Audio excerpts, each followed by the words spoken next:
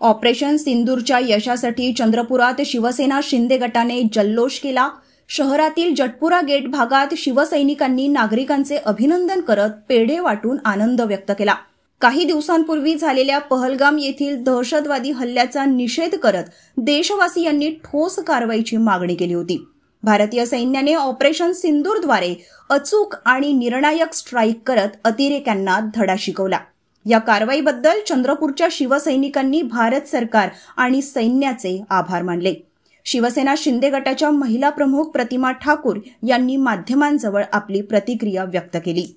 मागच्या महिन्यात पहलगाम इथे पाकिस्तानी अतिरेकीद्वारे जो हल्ला झाला त्या हल्ल्यात आपले निष्पाप बळी गेले होते। त्याच्याच प्रत्युत्तर म्हणून मोदी सरकारच्या नेतृत्वात आपली भारतीय सेनेकडून काल रात्रीपासून जे स्ट्राईक सुरू झाला ऑपरेशन सिंदूर ते एकदम सक्सेसफुल झाला आहे।